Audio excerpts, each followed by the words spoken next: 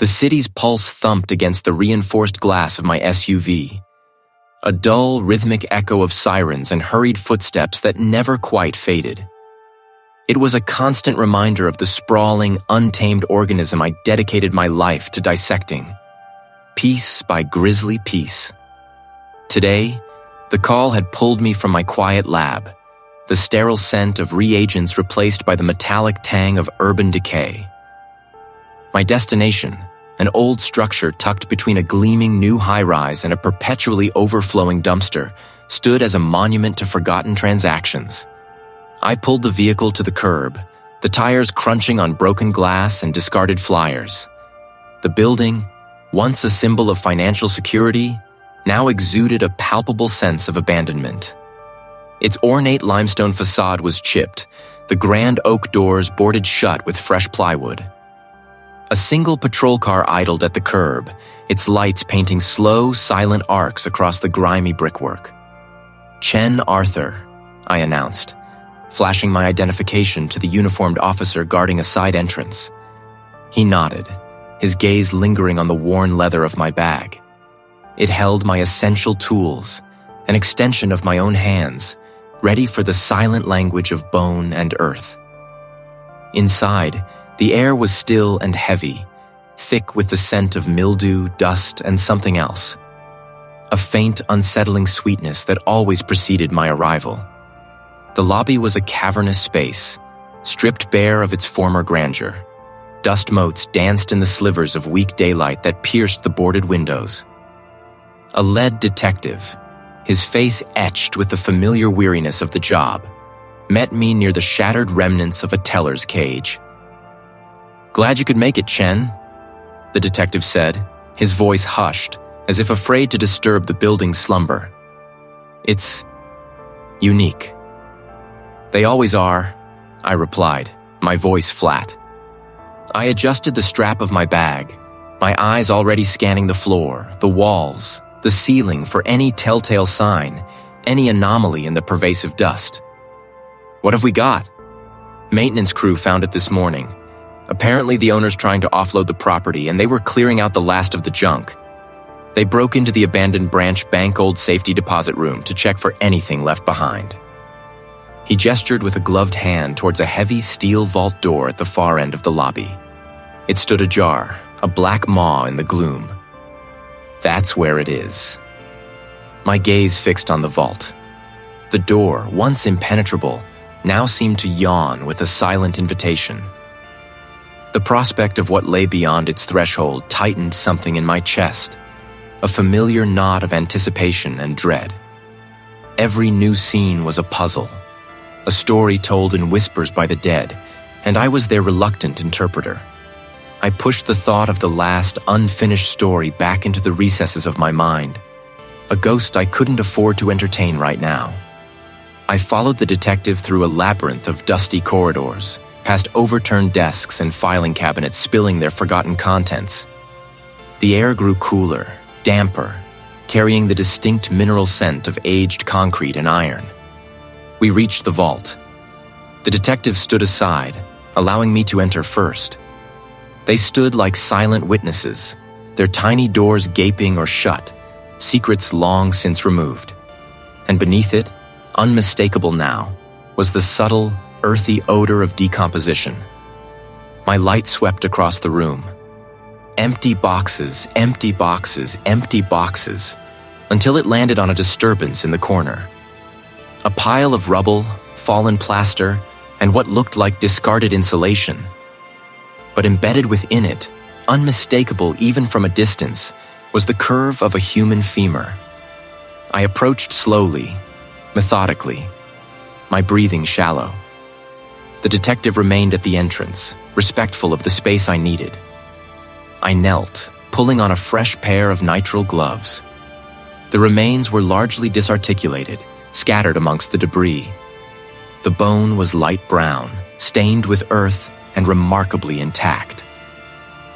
My lamp beam traced the contours of a pelvis, a section of a vertebral column, a fragmented cranium. This wasn't a recent death. The bone showed significant weathering, a dull, almost chalky appearance. The victim had been here for a long time, perhaps decades, undisturbed in this forgotten vault. The manner of deposition was curious. The remains seemed to have been simply dumped, then partially covered by the structural collapse. This was different. This was contained, isolated. My fingers brushed against something small, metallic, partially hidden beneath a ribcage fragment. I carefully extracted it. It was a tarnished brass key, small and intricate, of the kind used for the very safety deposit boxes that line this room. My gaze swept upwards to the rows of numbered boxes. Could it belong to one of them? The discovery added a layer of profound intrigue to an already perplexing scene. A skeleton in an abandoned bank vault, and a key to its own secrets, perhaps, lying right beside it. The victim's identity was an immediate, glaring blank, but the key suggested a connection, a history tied directly to this forgotten place. The tension in the room, already thick, intensified, coiling around me like a tightening spring. This was going to be a long, silent conversation with the dead, the vault door. It hadn't been forced, merely left ajar, a silent invitation. The air that seeped from the gap carried a stale, metallic tang, overlaid with something else. A faint, sickly sweetness that I knew too well. It was the scent of dissolution, the signature of life unmade. I pulled on a fresh pair of nitrile gloves, the material stretching taut over my knuckles, and pushed the heavy steel door inwards. Dust motes, disturbed by my entry, swirled like tiny ethereal dancers in the narrow shaft of light. The room was cold, the kind of pervasive chill that sinks into bone, distinct from the outside air. The silence pressed in, broken only by the faint drip of water somewhere deeper within the structure. "Chen Arthur, you're up," a gruff voice announced from behind me. The lead detective, a man whose presence always felt like a solid, unyielding block, stepped past me, his own powerful beam sweeping the perimeter. He was a man of few words, his gaze sharp, missing nothing. We had worked together before, a dance of science and procedure, often with unspoken disagreements about pace. He wanted answers yesterday. I needed time, sometimes weeks, to coax the dead into speaking. "Looks like they left in a hurry," the lead detective observed, his light lingering on an overturned trolley, its wheels rusted solid. Or someone wanted it to look that way. His voice held a practiced neutrality. My attention, however, was already drawn to the far corner. The sickly sweetness intensified, now tinged with the acrid notes of decay. This wasn't just a stale room. This was a sepulcher. My senses sharpened, filtering out the ambient dust and the lead detective's movements. This was where the story began. I moved slowly, deliberately, my boots crunching on loose debris. The air grew heavier, thick with the smell. It was a familiar cocktail. The earthy notes of putrefaction, the chemical tang of Autopsy, and a faint, almost metallic undercurrent. There, nestled amongst a scattering of discarded papers and a collapsed pile of what might have once been fabric, was the form, not immediately recognizable as human, more like a crumpled effigy, a macabre sculpture forged by time and nature. It was severely decomposed. He didn't need to ask. The stench was undeniable now, a cloying blanket in the still air. He remained a few paces back, respecting the sanctity of the scene, but his presence was a heavy weight. I knelt, my forensic kit already unzipped beside me. The body was in an advanced stage of decomposition, a testament to the long passage of time since death.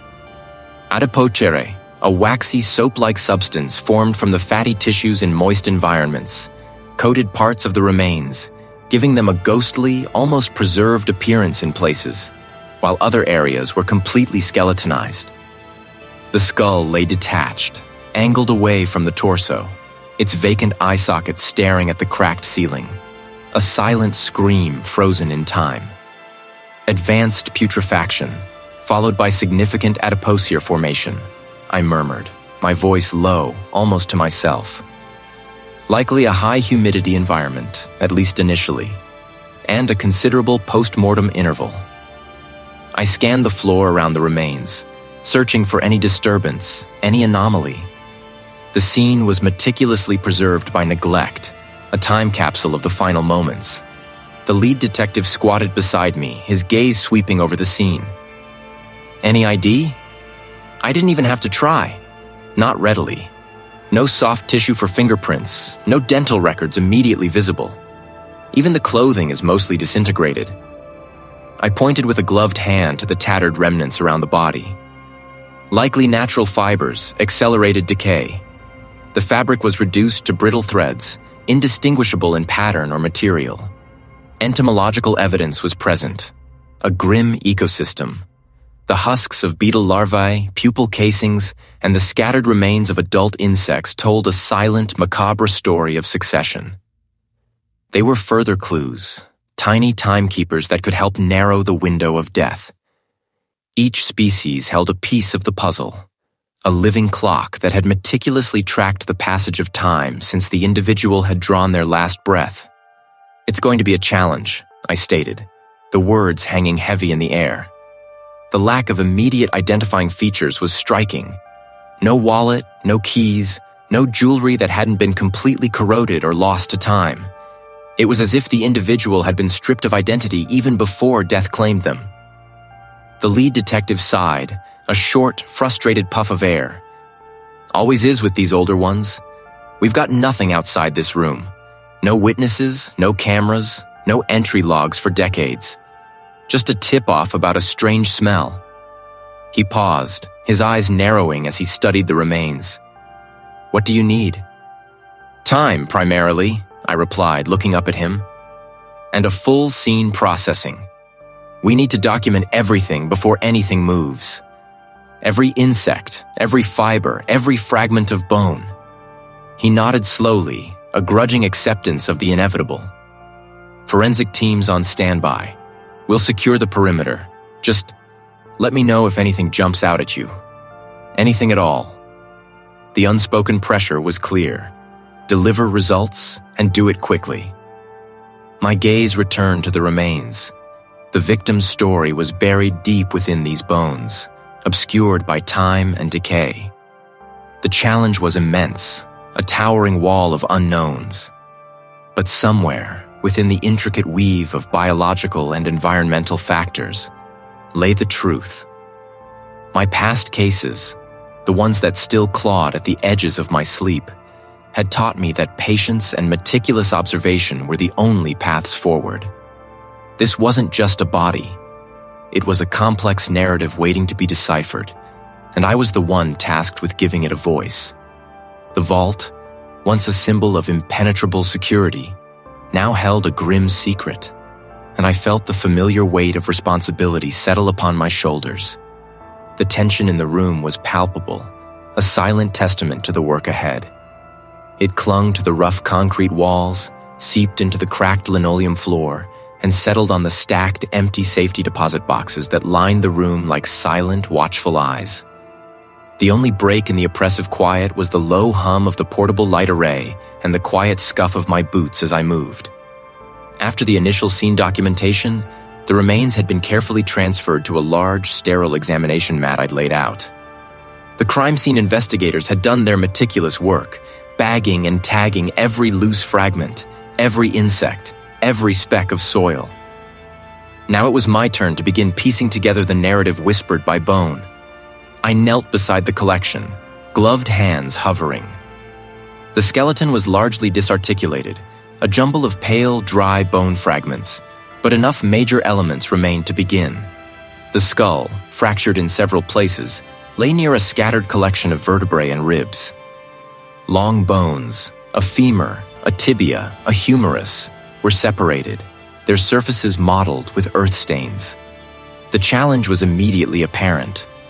Not only the disarticulation, but the significant post-mortem damage, likely from animal activity or environmental exposure. This wasn't a clean-cut case. My first task was basic inventory and preliminary assessment. I began with the cranium, carefully turning it over in my hands. The bone was thin, suggesting a female, but age and ancestry markers would require more detailed examination.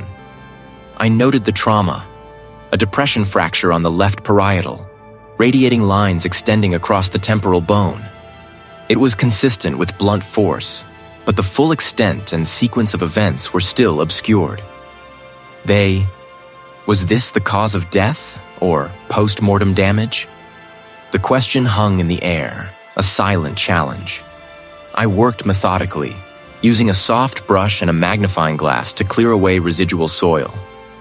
Each bone was a page, and I needed to learn its language.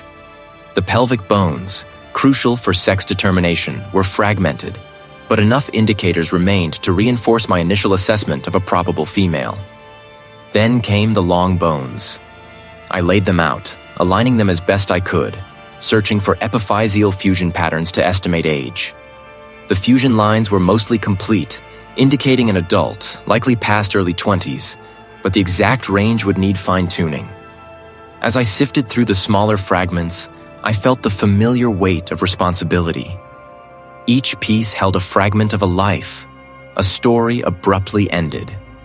I needed to be its voice. This wasn't just about science, it was about justice. The memory of the Marrow case, the one that still gnawed at the edges of my resolve, flickered in my mind.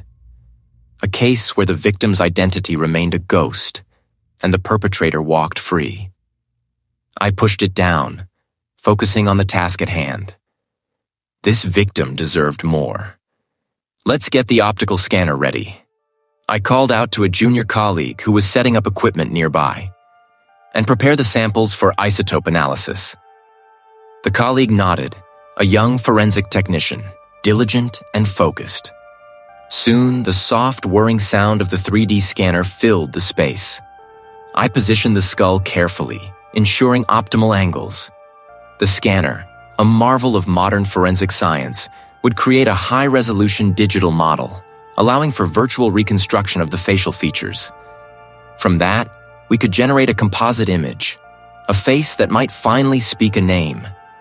It was a painstaking process, layer by layer, muscle by tissue, building a semblance of life from the stark architecture of death. While the scanner began its work, I turned my attention to the mandible and maxilla. Dental records are often a gold standard for identification, but only if they exist and are accessible. I examined the teeth, noting wear patterns, caries, and any restorative work. That's when I saw it. An old, distinctively shaped dental implant in the upper right quadrant. It was a type I hadn't seen in common practice for decades, a specific make and model that suggested a particular manufacturing era, perhaps even a regional origin. It was a clue, a tangible thread. "Look at this," I murmured, pointing it out to the colleague. "This implant, it's unusual. We might be able to trace its manufacturer, narrow down a time frame, maybe even a geographic area if it was part of a specific clinic's preference." It was a promising lead, a sudden burst of light in the dimness.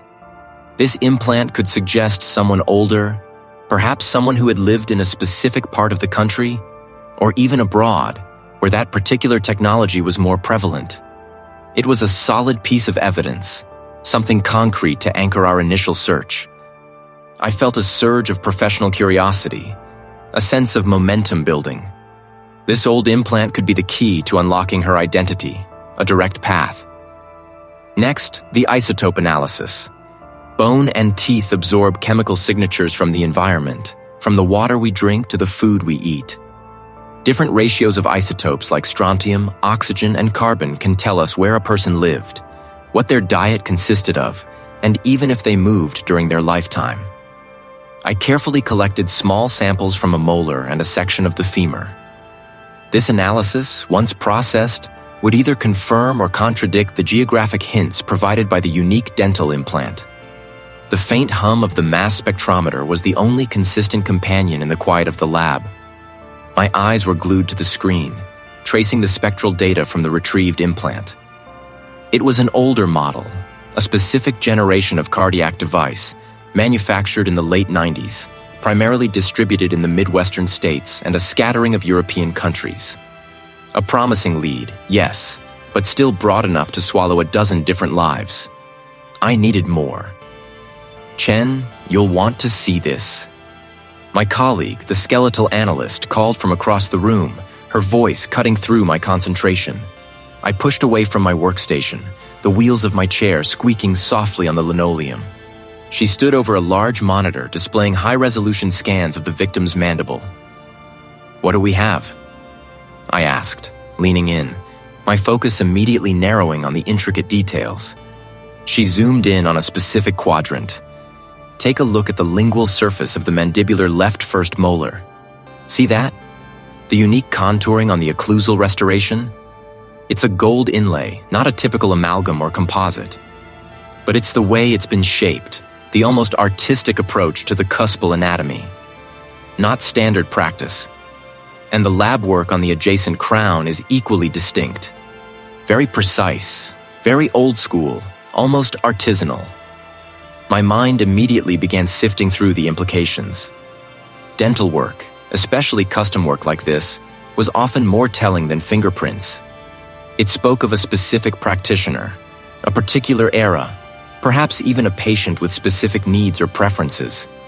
A signature, I murmured, more to myself than to her. Someone who knew their craft, or a patient who went to great lengths.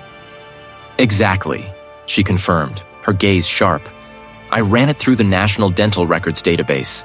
It's a long shot, but sometimes unique work like this gets documented, especially if it was part of a teaching case or published in a journal. And I found a match, a precise match, down to the microscopic striations on the gold. The work was performed by a practitioner in a small town in rural Ohio, just outside Dayton, back in 1999. The pieces began to click, a sudden burst of clarity. Ohio, the Midwest, the same general region where that specific cardiac implant model had seen heavy distribution. It wasn't a perfect overlay, but it was a significant convergence. This wasn't just a random set of data points. It was a potential identity taking shape, a ghost given a skeletal outline. My internal gears churned, a familiar mix of anticipation and dread.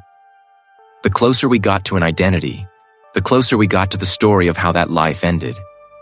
Just as I was processing this, the lab door swung open and the detective entered, his usual sharp expression softened by a hint of urgency. "Any progress, Chen?" I gestured to the screen. "We have a promising lead. The cardiac implant points to the Midwest, and now a unique dental restoration has given us a specific location within that region, and even a year. It's an artisanal gold inlay performed by a practitioner in rural Ohio in 1999. The detective's eyebrows rose. "Ohio? That's quite a jump from where we found the remains. But 99. That fits the implant's age too. Do we have a name from the dental records?" "Not yet, but the practitioner's records might provide one. We can cross-reference with missing persons from that area around that time, focusing on individuals with cardiac conditions or a history of needing such a specific dental procedure." "Let's not waste time," the detective stated, his voice firm. "I've already got a contact in the Ohio Bureau of Investigation. We'll lean on them to access those records. In the meantime, I've pulled up a potential family contact based on some initial, very loose public record searches tied to the dental practitioner's known patients. A distant relative, an acquaintance who used to live in the area but has since relocated. They agreed to meet us, but they were particular about the location." My mind raced. A distant relative. An acquaintance. Apparently the individual has a strange affinity for places that hold secrets. Says it's safer there for sensitive conversations. The detective's tone suggested he found the request odd, but not unworkable. The drive was silent, the cityscape gradually giving way to the grittier outskirts, then to forgotten industrial zones. The building itself was a relic, a squat concrete structure with boarded-up windows and faded signage. Rust stained the brickwork, and weeds pushed through cracks in the asphalt lot. The air was thick with the smell of damp concrete and disuse. The main lobby was stripped bare, save for a few overturned desks. We navigated through the skeletal remains of cubicles, the air growing colder as we approached the vault. The massive steel door, though ajar, still exuded an aura of impenetrable security. The atmosphere was heavy, a palpable sense of abandonment and untold stories. A figure stood hunched in the center of the room, a woman, her back to us.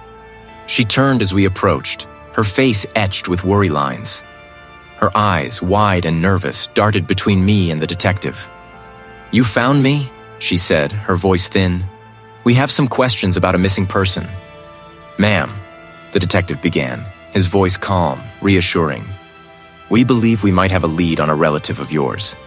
Someone who underwent a very specific dental procedure in Ohio years ago. A gold inlay on a lower molar crafted by a particular practitioner." The woman's breath hitched. Her hand flew to her mouth, her fingers trembling. "My cousin. Thomas. He had that. Complained about it all the time, how much it cost. He was so proud of that dentist." Her eyes welled up. Is he okay?" I watched her closely, cataloging every micro-expression. The genuine shock, the sudden sadness. This was a real connection. "Ma'am, we're trying to establish his identity. We have reason to believe he might be the victim of a crime." Her face crumpled. "Thomas? Oh God, he was supposed to be in Florida. Said he was going to start fresh, get away from everything." She wrung her hands. "I haven't heard from him in 6 months, maybe more. I thought he just wanted to be left alone." "Did he have any known heart conditions, ma'am?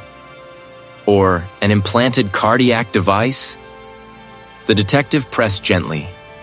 She nodded, tears streaming down her face. "Yes, an old one. He had it put in after his first heart attack before he left Ohio. The dental work, the implant, the geographic region, it all pointed to Thomas. We had a name, a potential identity. But the woman's story of him being in Florida, disappearing 6 months ago, didn't align with a recent discovery." "When did he leave Ohio, ma'am?" I asked, my voice low. "Must have been 4, maybe 5 years ago. He cut ties with most everyone, said he needed a clean slate. I only heard from him sporadically, then nothing. 5 years. That complicated things immensely. If he left Ohio 5 years ago, why was he found here now?"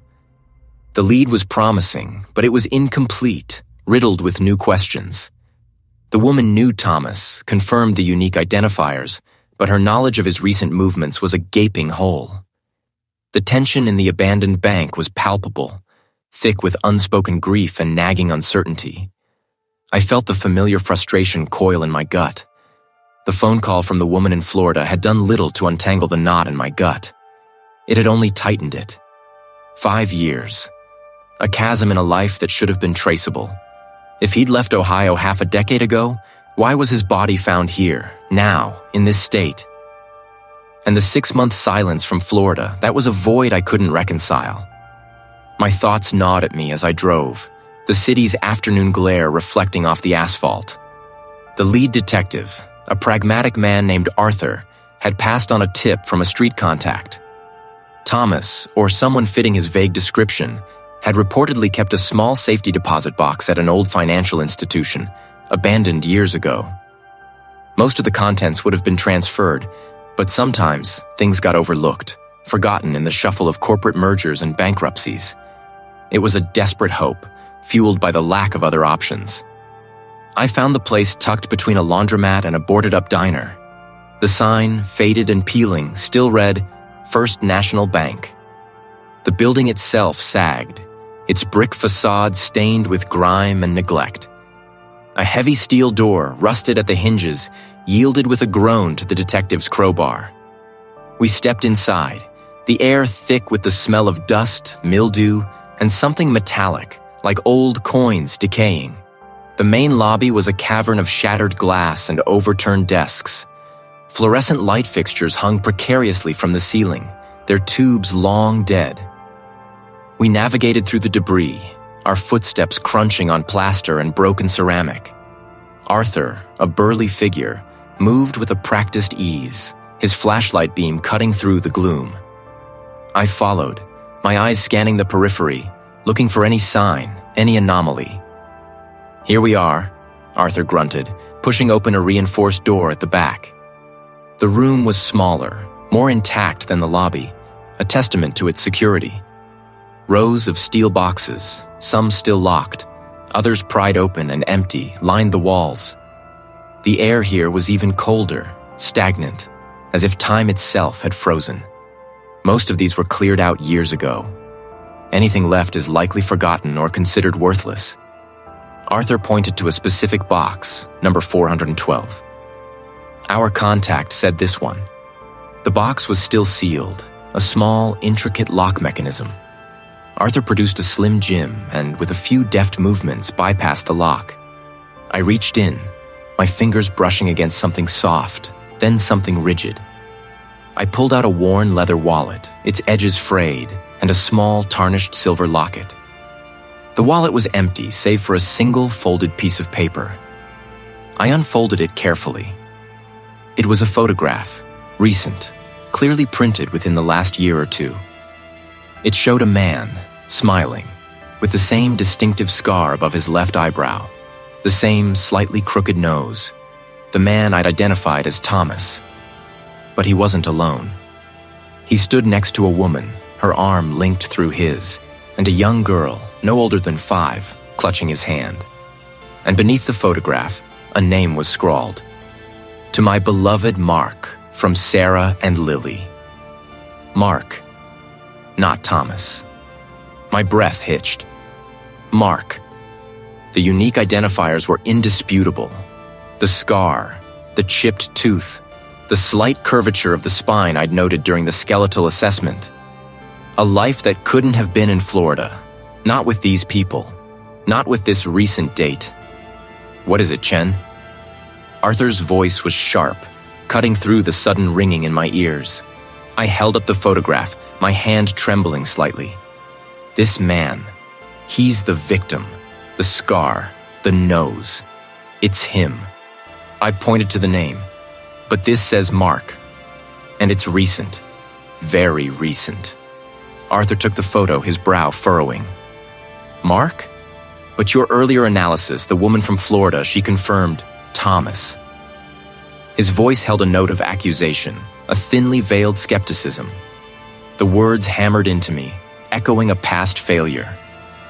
The wrong name, Chen. The face of the victim from that old case, blurred by time but still haunting, flashed behind my eyes. I'd been so certain then, just like I was certain now about the physical markers. But certainty had betrayed me once. Was it happening again? The physical identifiers are identical, I insisted, my voice tight, too defensive. This is him. The photograph is undeniable. But the name and the date. Now you're telling me he's Mark, and he was here with a family recently. He gestured around the derelict room. Which story are we chasing, Chen? The one from your bones, or the one from this picture? His words, though logical, felt like a personal attack. My mind raced, trying to reconcile the two identities, the two timelines. The past trauma, the sting of that old mistake, clouded my judgment. I felt a flush spread across my neck. I knew the bones didn't lie, but the narrative built around them now seemed to be crumbling. The bones don't lie, Arthur, I stated, perhaps too loudly, too vehemently. The unique markers are the same. This is the man. The issue is his identity or identities. And why he had a family here recently, while also being a Thomas who left 5 years ago. Arthur sighed, a sound heavy with exasperation. We're going to need to reevaluate everything, Chen. Your initial identification, the entire timeline. This mark complicates things immensely. For now, I'm putting a hold on the Thomas angle until we can sort this out. Focus on these new individuals, Sarah and Lily. See if you can find a connection. He handed the wallet and locket back to me, his expression grim. "We can't afford any more dead ends, Chen. Not with a murder investigation." The implication hung in the air, thick and suffocating. My initial findings, my certainty, had been undermined. A professional setback, delivered with the quiet force of a seasoned investigator. My sharp instincts, my supposed cutting-edge technology, had led me to a dead end, or worse, a tangled web of conflicting truths. The mystery had just deepened, swallowing my confidence whole. The detective's quiet observation had burrowed deep, festering. Doubt, a cold, unwelcome companion, had settled in the back of my mind, but it also spurred a different kind of urgency. If my conventional methods were proving insufficient, if the obvious path was a dead end, then I needed a new path, a less conventional one. I spent the next morning holed up in my research space, sifting through academic papers, chasing obscure grants, and making a series of calls. I was looking for an edge, a technique that went beyond the standard forensic toolkit. Her name was often whispered in hushed tones by colleagues who considered her methods unorthodox, bordering on speculative, but her results, when they came, were often groundbreaking. She wasn't a forensic scientist in the traditional sense, but her expertise in trace elements and their environmental fingerprints was precisely what I needed. Her analytical laboratory was tucked away in a repurposed industrial unit on the city's forgotten eastern edge, a stark contrast to the sterile, brightly lit spaces I usually frequented. The air inside hummed with the low thrum of machinery, a scent of ozone and something metallic hanging heavy. The specialist, a woman with sharp, intelligent eyes that seemed to take in everything at once, met me at the entrance. Challenging. He didn't waste time on pleasantries, which I appreciated. I laid out the meticulously prepared bone samples, encased in their protective containers. I need to understand where these bones have been, not just who they belong to or how they died. I need their environmental biography. Isotopic analysis, trace element profiling, anything that can tell me about their last years, months, even days. The specialist picked up a fragment of a rib, turning it over in her gloved fingers, her gaze intense. Traditional methods give you a snapshot. You want the entire album. We can look at strontium, oxygen, lead isotopes, certainly. But for a truly comprehensive environmental profile, I'm thinking about something more specific. Rare earth element ratios. They act like a geochemical fingerprint reflecting the very soil and water consumed. She paused, her eyes meeting mine. It's a long shot. The data can be noisy, and interpretation requires a leap of faith sometimes.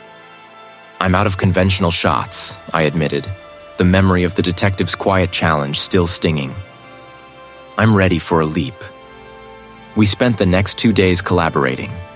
I provided the context of the initial findings, the ambiguities, the detective's unsettling doubt. She, in turn, explained the nuances of her process, the painstaking preparation, the hours of data acquisition. The specialist moved with an almost surgical precision around her complex instruments. Mass spectrometers, X-ray fluorescence analyzers, each piece of equipment glowing with an internal light. I watched as the bone samples, reduced to fine powder, were fed into the machines, the results flickering across screens in a cascade of spectral lines and numerical sequences. The waiting was the hardest part. The low hum of the machines was a constant reminder of the fragile thread we were following. It's unusual. It suggests a very specific, isolated environmental exposure. Not typical urban soil, not rural farmland, and certainly not a conventional burial site.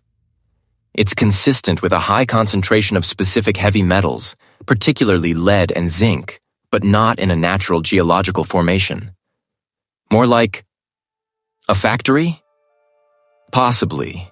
But the levels of specific elements, particularly the lead isotopes, are remarkably consistent, almost too uniform for a broad industrial area. And the lead isotopes, they point to a very specific origin, a particular type of refined lead that hasn't been in common use for decades, the kind you'd find in older construction materials, or perhaps Shielding. A chill ran down my spine. Shielding. Older construction materials. Contained stagnant environment. It was a long shot, but the specialist's data was compelling. Gaining entry was a matter of bypassing a few rusted locks and a barricaded side door. The interior was a mausoleum of forgotten transactions, dust motes dancing in the shafts of light that pierced the grimy windows. I moved through the main lobby, past the empty teller stations, the silent echoes of commerce long past. My flashlight beam cut through the gloom, guiding me deeper into the building's heart.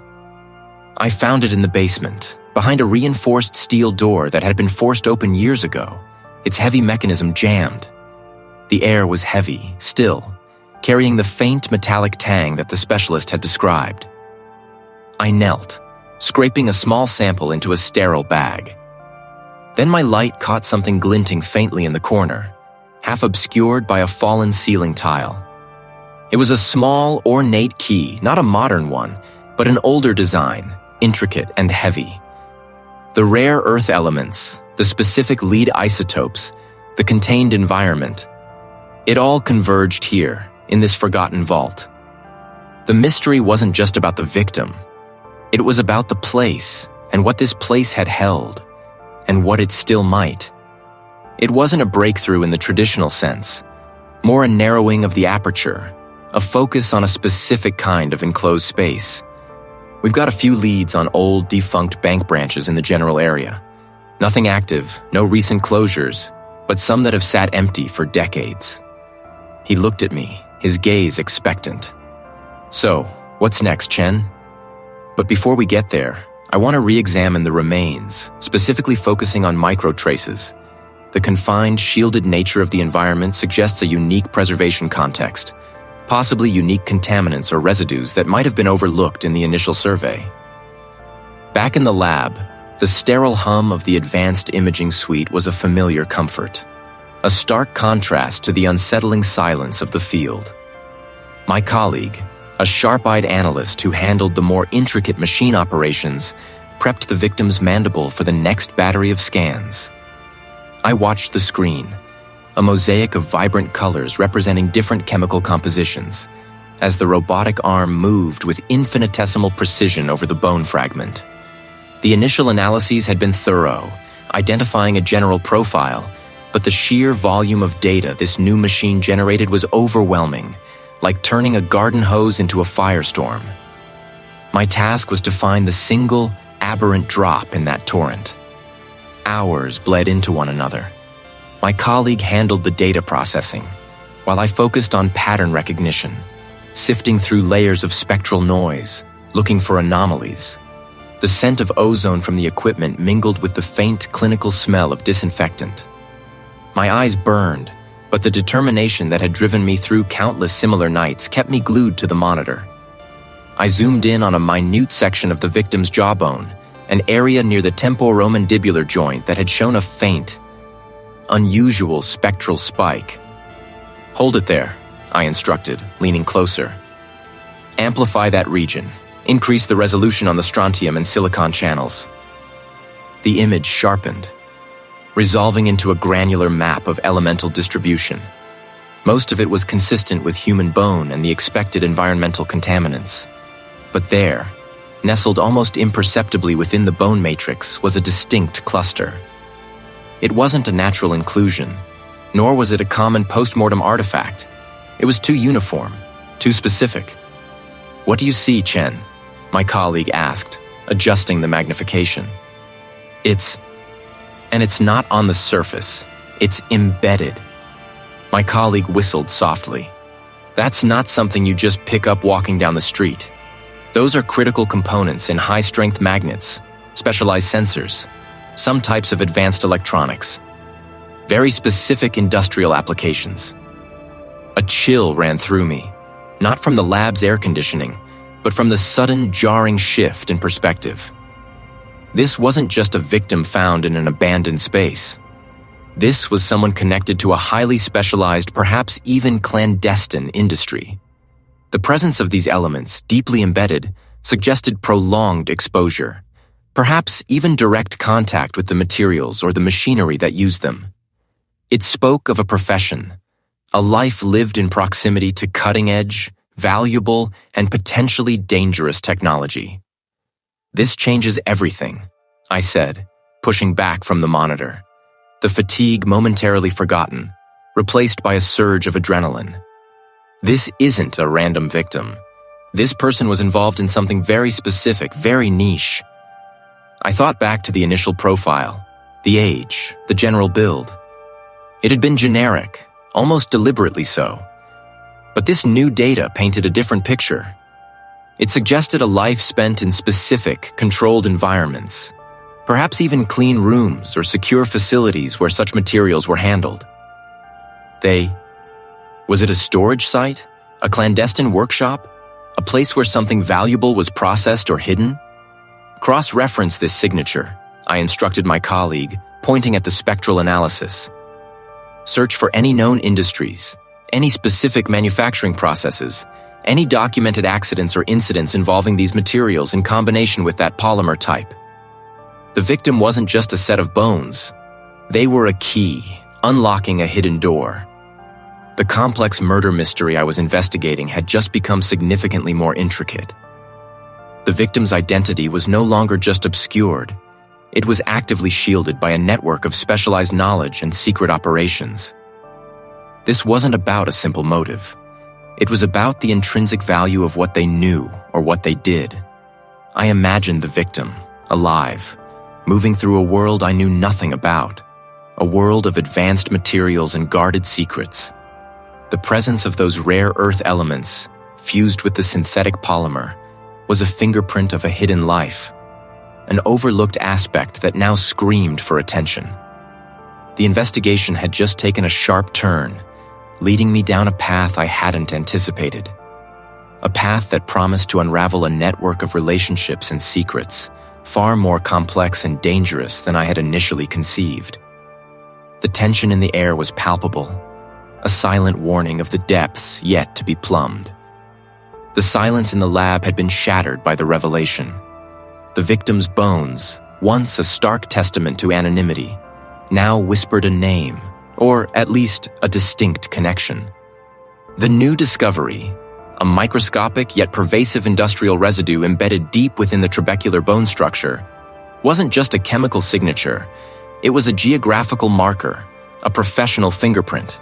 It pointed to a very specific, highly specialized manufacturing process, one not widely known, but certainly locatable. My mind, a whirlwind of data and instinct, had immediately begun sifting through known industrial operations in the region. I'd called the detective, my voice tight with a controlled urgency that he immediately recognized. "We have something," I'd stated, skipping pleasantries.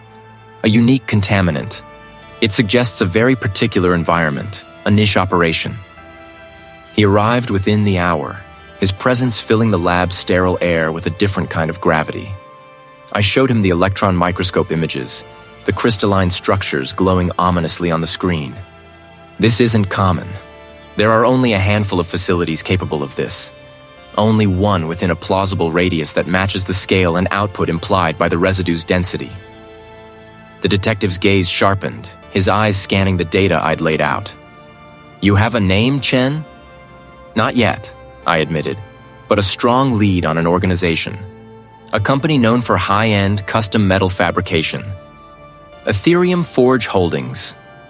And their principal owner, a man named Sterling Vance. He's notoriously private, runs a tight ship, and has a history of aggressive business practices. Ethereum Forge Holdings." The detective typed the name into his tablet, the screen flickering with results. "Vance. Known for being untouchable. Powerful legal team. He's got fingers in a lot of pies." He looked up, a grim line forming on his face. "So our victim was exposed to this environment, probably directly, given the residue's integration. That puts them in Vance's orbit, or perhaps in his operation. The next few days were a blur of coordinated effort. We needed more than just a chemical fingerprint. We needed a tangible link, a circumstantial chain strong enough to hold. Our first break came not from the lab, but from an old lead the detective had been sitting on. A tip about Vance's less-than-above-board dealings. Rumors of off-book transactions, hidden assets, and a penchant for secrecy. The building stood on the forgotten edge of the city's industrial sprawl, its windows boarded, its main entrance sealed with a rusted chain. We gained access through a side door, forced open years ago by vandals and never properly secured. But our target was deeper, behind the thick vault door that still stood defiant, a relic of a more secure age. It had been cracked, not by force, but by someone with knowledge, leaving its heavy steel maw ajar, revealing the dark corridor beyond. Flashlights cut through the gloom as we entered, our footsteps echoing unnervingly on the concrete floor. Most were clear, picked clean by time or earlier scavengers, but not all. Over here, Chen. The detective's beam settled on a row of larger industrial-grade boxes, distinct from the standard customer deposits. These weren't for personal effects. They were for something bigger, more robust.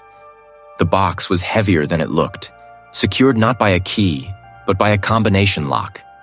The detective produced a small, specialized tool, a gift from a former safecracker, and after a few moments of precise manipulation, the tumblers clicked. Inside, nestled amongst layers of archival paper, were several small, irregularly shaped ingots of metal. Their surface was dull, almost black, but under my penlight, I saw the faint, telltale sheen of a highly refined alloy. I carefully extracted one, placing it into a sterile evidence bag. This wasn't gold or silver. This was something far more specialized, far more valuable to a specific industry. And as I held it, a faint metallic scent, familiar from the lab, drifted up. The residue. Further searches yielded a small, leather-bound ledger, its pages filled with cryptic entries, dates, and what looked like coded transactions. No names, only initials and figures. And tucked away in a smaller compartment, a single high-resolution photograph. In the foreground, one figure was slightly clearer, their profile distinct. It was Sterling Vance. The evidence was circumstantial, yes, but potent. The specialized ingots, the ledger hinting at illicit dealings, and Vance himself, photographed with the very machinery that produced the residue found on our victim's bones.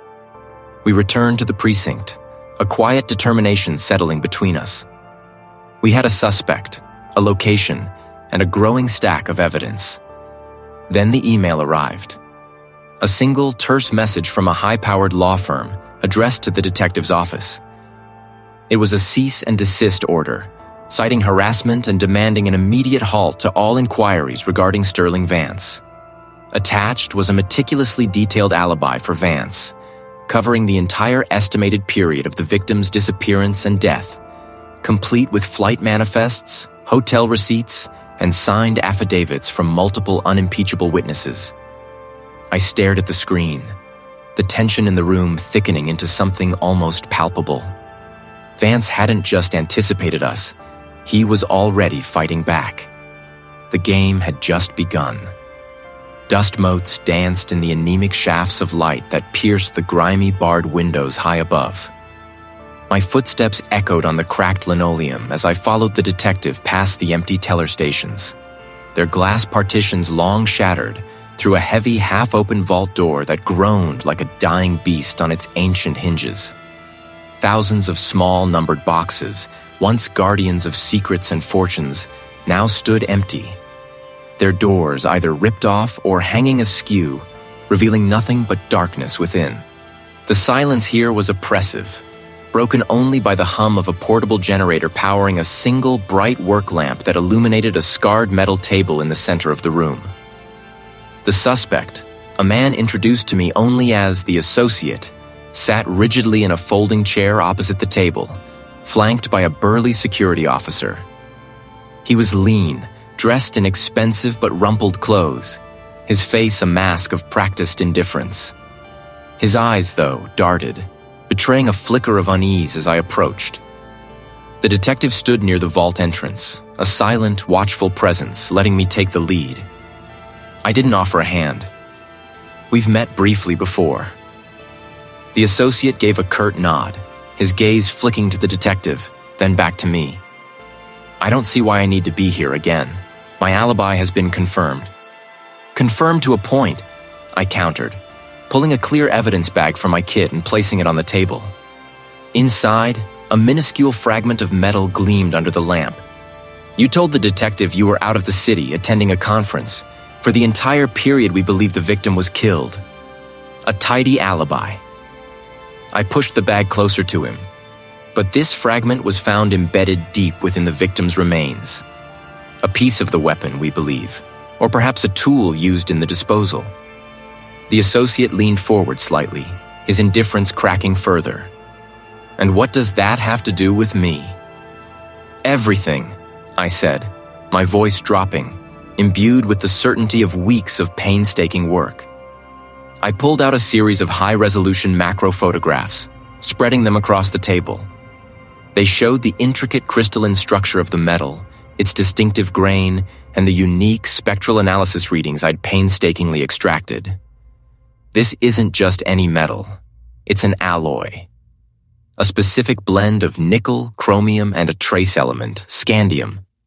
Extremely rare in common manufacture. It's used in very specialized industrial applications, particularly in high-stress, high-temperature environments. I watched his face, searching for any tell. His jaw tightened almost imperceptibly. My lab analysis, I continued, tapping one of the photos, matched this exact alloy to a limited production run of specialized cutting tools. Tools designed for industrial demolition, specifically for breaking down reinforced concrete and certain types of hardened steel. Only a handful of companies even produce them, and fewer still distribute them in this region. I paused, letting the weight of my words settle. The associate's gaze was now fixed on the photographs, his earlier composure rapidly eroding. One of those companies, I pressed, is a subsidiary of the firm Vance ran. And you, as his lead project manager, would have had direct access to their entire inventory. These tools, Mr. Vance's associate, were custom ordered, designed for a specific project that your company was contracted for 2 years ago. I managed dozens of projects. Tools come and go. Perhaps, I conceded, leaning in slightly, but this particular alloy had a unique inclusion. A microscopic defect in the smelting process. A signature, if you will. It was like a fingerprint. And that exact fingerprint was also found on a set of tools recovered from a private workshop you maintain, not far from the site where the victim's remains were found. Tools you failed to declare when the detective first asked about your assets. The associate's facade crumbled completely. His eyes widened, a frantic energy replacing his earlier disdain. He pushed back in his chair, scraping it against the floor. That's a lie. Those tools were for personal use, a hobby. They have nothing to do with this. A hobby involving specialized demolition tools? I raised an eyebrow. Convenient. But here's where your alibi falls apart. The precise timeline of the victim's death, based on my osteological analysis, placed it squarely within the window you claimed to be at that conference. But satellite imagery and cellular data placed your burner phone, the one you use for personal calls, within a 5-mile radius of the disposal site during that exact period. Not to mention a highly specific dust particulate, unique to the concrete aggregate used at that old industrial site, found on the victim's clothing and in your workshop. The associate's breath hitched. He looked like a cornered animal. His gaze dropped to the table, then flickered up to mine, desperation now clear in his eyes. We know Vance wasn't the kind of man to get his hands dirty, I continued, my voice firm. But he was the kind of man who had people to do it for him. People he trusted. People with access to specialized equipment. It wasn't about silencing. It was about cleaning up a mess. A mistake. The detective stepped forward then, moving closer to the table. What kind of mistake?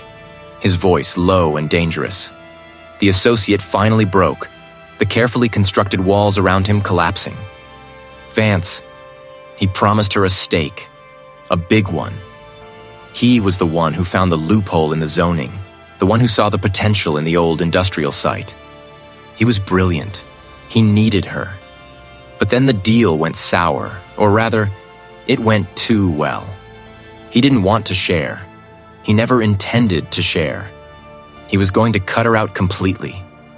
My mind raced, connecting the dots. The obscured identity, the brutal disposal. He looked up, his eyes bloodshot, devoid of all pretense. His wife. The victim was Vance's wife.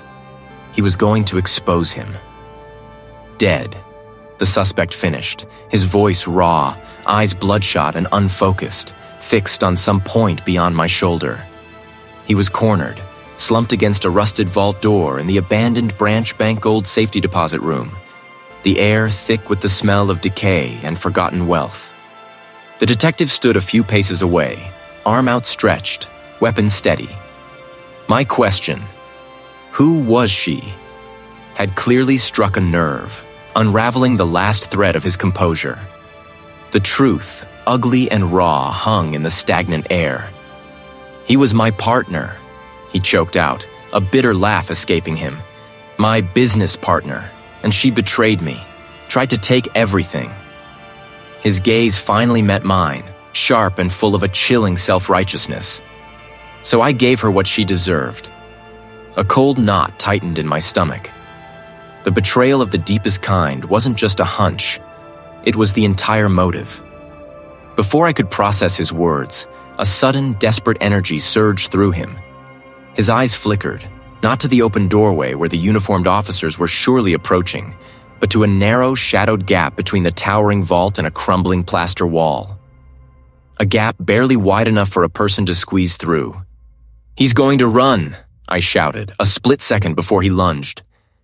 The detective reacted instantly, closing the distance, but the suspect was already through, a scraping sound echoing from the other side. "Stay here, Chen," the detective commanded. But I was already moving, my mind racing through the bank's blueprints I'd studied.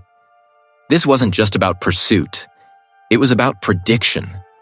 The victim, I remembered, had a meticulous nature, a penchant for hidden access points, for finding the path least expected. And the suspect, in his twisted mimicry, had adopted some of her habits, even her escape routes. I knew this bank had been a hub for illicit dealings before its closure. There were rumors of tunnels, old utility shafts.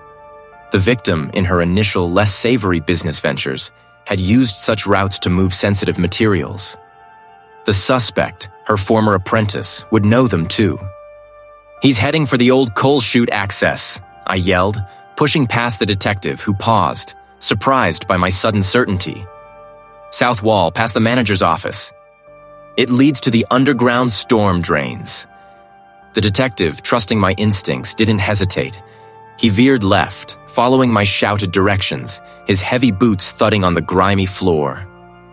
I followed, adrenaline pumping, my eyes scanning the dilapidated interior.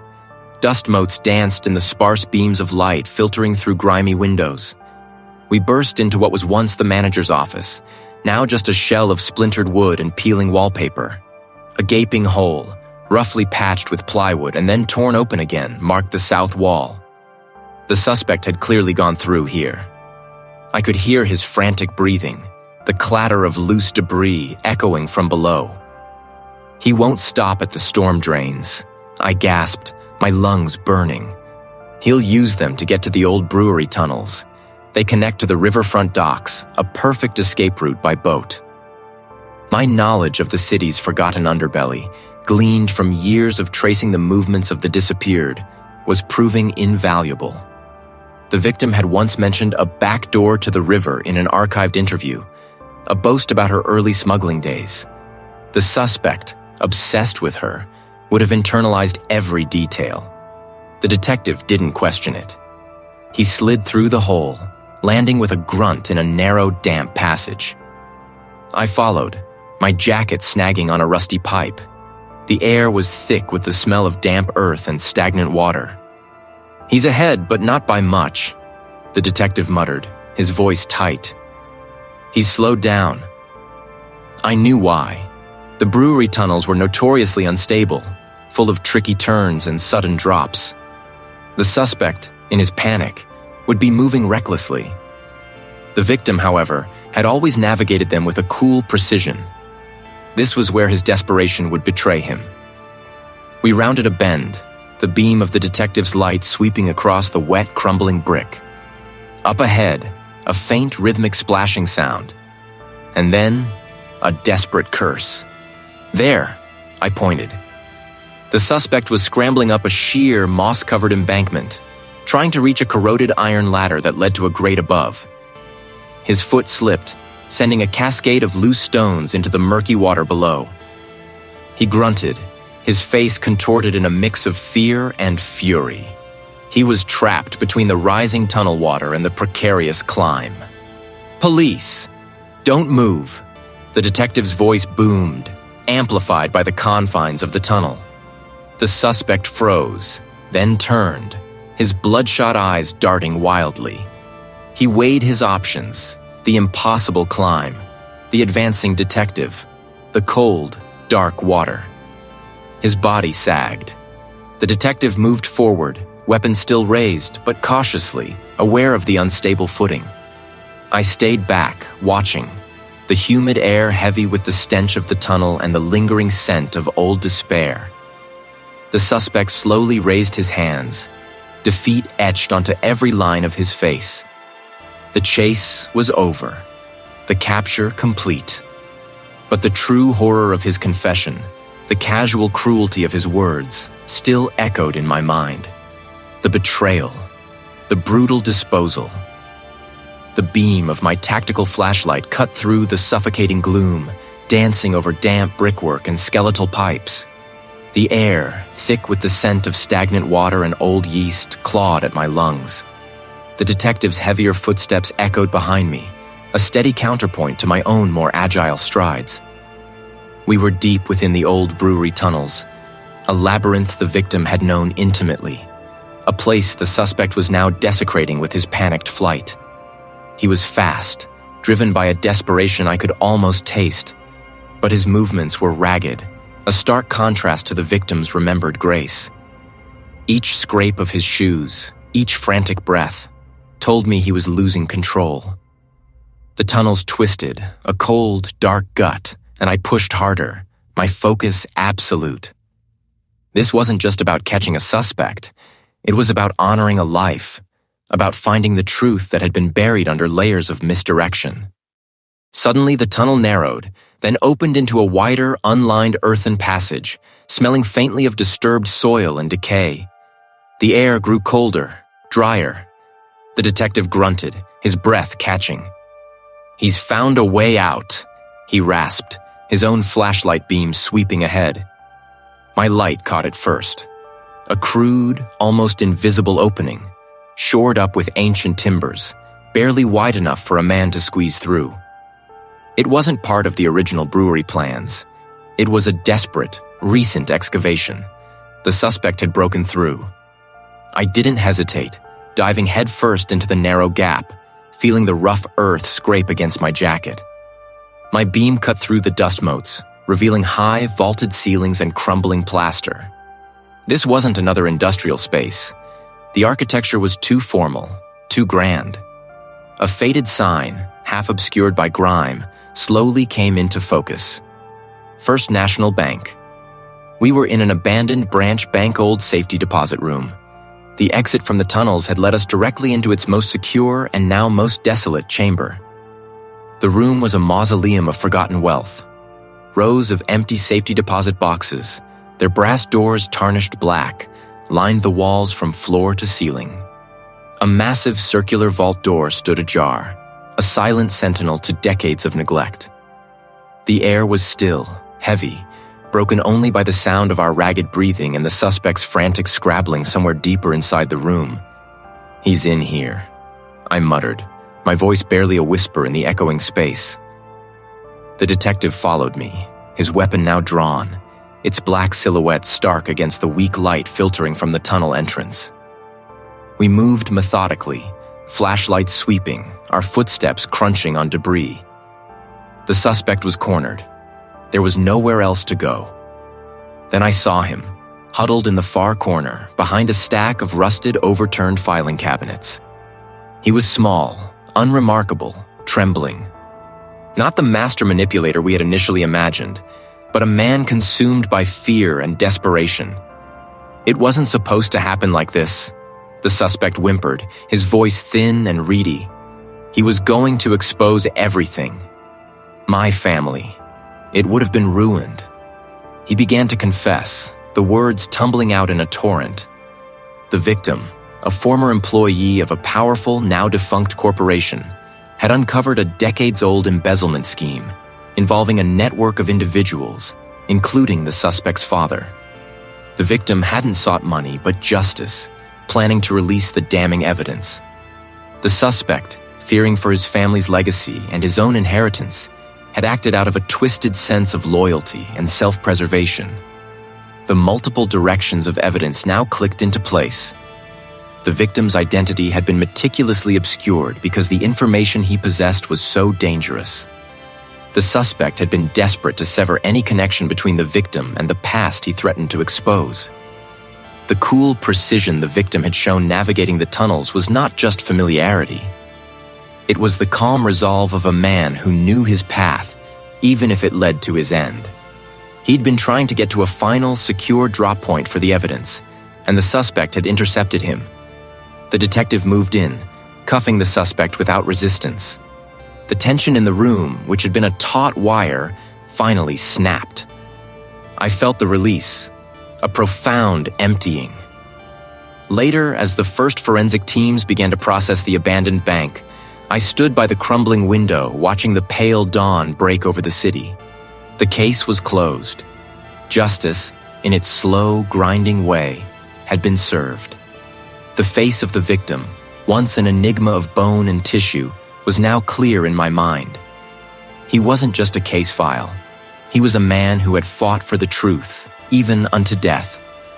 And it was my work, my dedication to the minute details, to the silent testimony of the bones and the environment that had given his struggle a voice. I thought of the past, of the case that had haunted me for so long, the one where the truth had remained just out of reach. This time, there was no ambiguity. The clarity felt like a balm, a quiet affirmation. It wasn't about erasing the past, but about learning to carry its weight differently. My commitment to this profession, to uncovering the stories the dead could no longer tell, felt stronger than ever. It was a sacred trust, a quiet promise made in the face of brutality. A colleague approached, a steaming mug of coffee in hand. "Good work, Chen," he said simply, his gaze following mine to the rising sun. I nodded, accepting the mug. The warmth spread through my hands. The city was waking up, oblivious to the quiet drama that had unfolded beneath its streets. There would be other cases, other mysteries to unravel, other lives to speak for. I knew that. In fact, on my desk, a new file was probably already waiting, its weight promising another journey into the intricate dance of life and death, truth and deception. I was ready.